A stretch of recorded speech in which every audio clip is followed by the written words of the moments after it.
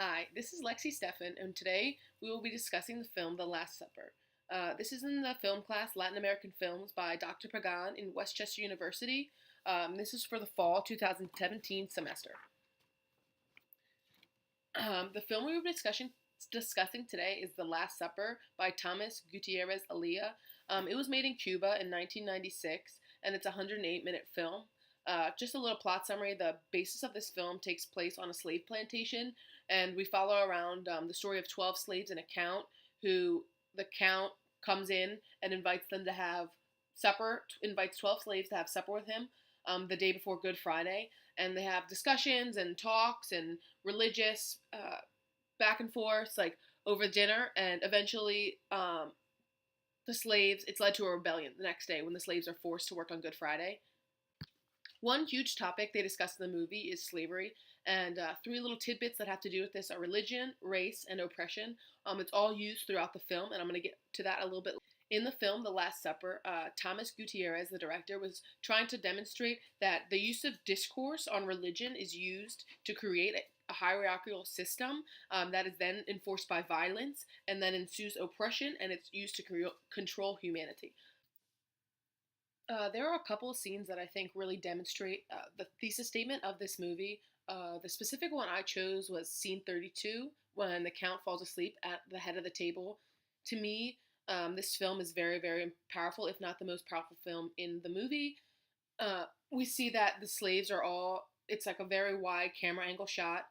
It's a panoramic shot. We see that the slaves are all sat on either side of the count. The count is at the head of the table, which gives him pretty much the most power. That's just established from the beginning. We see that in the beginning of the film, and it's this one shot is shown where you have the count in the middle and all the slaves on the side, and that is the most powerful shot of the film. It just kind of ties in the whole hierarchical system of what's happening. In this scene, we can see that the count is basically perceived as God in his eyes, and he wants all of the slaves to know that they're under him. And that's why he's sitting at the middle of the table. So that's just one film element that does it, the visual effects. Also to add to this is color scheme.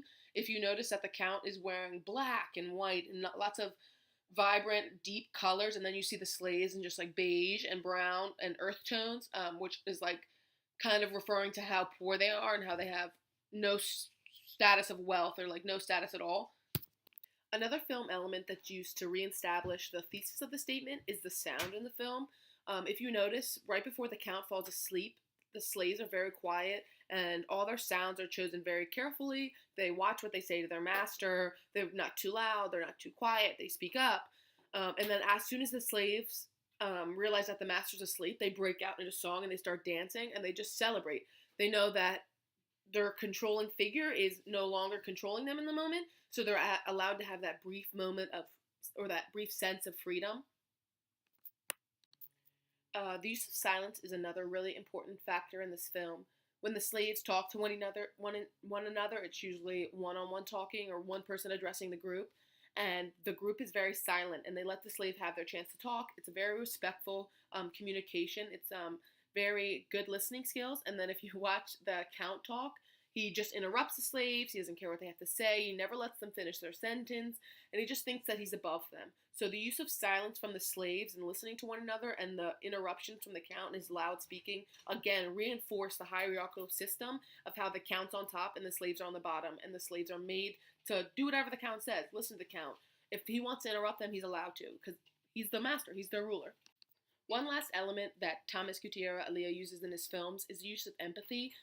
We see this really well in the depictions of the slaves. For example, with Sebastian, we see that his head is wrapped, he's in torn and raggedy clothes, he has bondage marks around his wrist from where he's been restrained, and all of this is used to show the violence that Don Manuel, the overseer, and the count inflict upon the slaves. Sebastian is the most forceful runaway slave, so he tries most for his freedom, and it just shows that, once again, the hierarchical system and how they use religion. The count justifies the abuse by Don Manuel by saying that God told Don Manuel to do it, that it's okay because God wants the count to beat them and he wants the slaves to obey. And that in there we see religion being used and another aspect of empathy being added. We also note that The perspective is of empathy is to be shown on the slaves. So the director wants you to feel bad for the slaves. He wants you to know that the count and the overseer are the bad people. They're the ones you are supposed to dislike, and it's really portrayed well in the movie. After the count falls asleep, he even has his house slave Amundo come put him to bed, and every time Amundo tries to show him respect and tries to put the other slaves in a place, he makes fun of Edmundo, essentially making fun of himself. And we just see that the count believes that he's the highest person. He believes he's God, and that's where the hierarchical system is created. And then he believes that the slaves are under him, and he uses the religion, he uses Christianity and the Last Supper to justify his means of abuse. The points Aaliyah made in his films are still valid today. We see the use of religion controlling people all throughout. We've got kings and queens in different countries. We also see the use of slavery in parts of Africa and different parts of third world countries that are still being used. And ways of controlling people through religion and violence and oppression and race are all still very valid. There's still a hierarchical system of wealth and race, and it's shown in almost every state, every city, every country in the world. And even though this film was made over 70, or even though this film was made over 30 years ago, its ideologies and points still are maintained today. We still can see this today, and this film is still relevant. The use of religion being used and how rebellions will set you free is still very practical in today's society.